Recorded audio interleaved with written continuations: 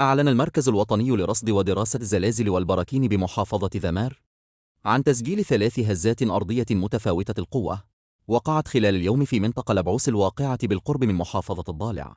وأوضح المركز في تصريح صحفي أن محطات الرصد الزلزالي رصدت هذه الهزات بدقة، حيث جاءت متفاوتة في قوتها وأوقاتها خلال ساعات مختلفة من اليوم، ما أثار تساؤلات حول طبيعة النشاط الزلزالي في المنطقة. وبحسب البيانات الرسمية، فقد جاءت تفاصيل الهزات على النحو التالي: الهزة الأولى كانت الأقوى، وبلغت قوتها 2.4 درجة على مقياس ريختر، ووقعت عند الساعة 1:09 ليلاً. أما الهزة الثانية فسجلت 1.8 درجة، وحدثت عند الساعة 11:51 صباحاً.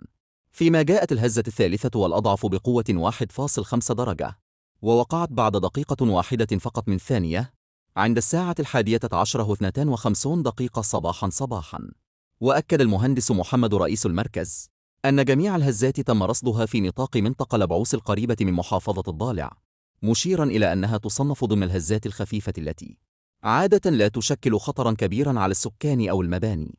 ورغم خفتها، إلا أن تكرار الهزات خلال فترة قصيرة أثار اهتمام المختصين، حيث يتم حالياً متابعة النشاط الزلزالي في المنطقة بشكل مستمر تحسباً لأي تطورات مستقبلية.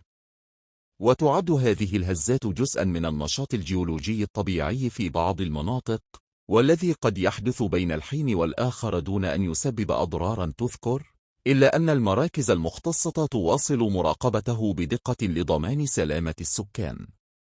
وفي ظل هذه التطورات، يبقى السؤال: هل تشير هذه الهزات إلى نشاط زلزالي أكبر قادم؟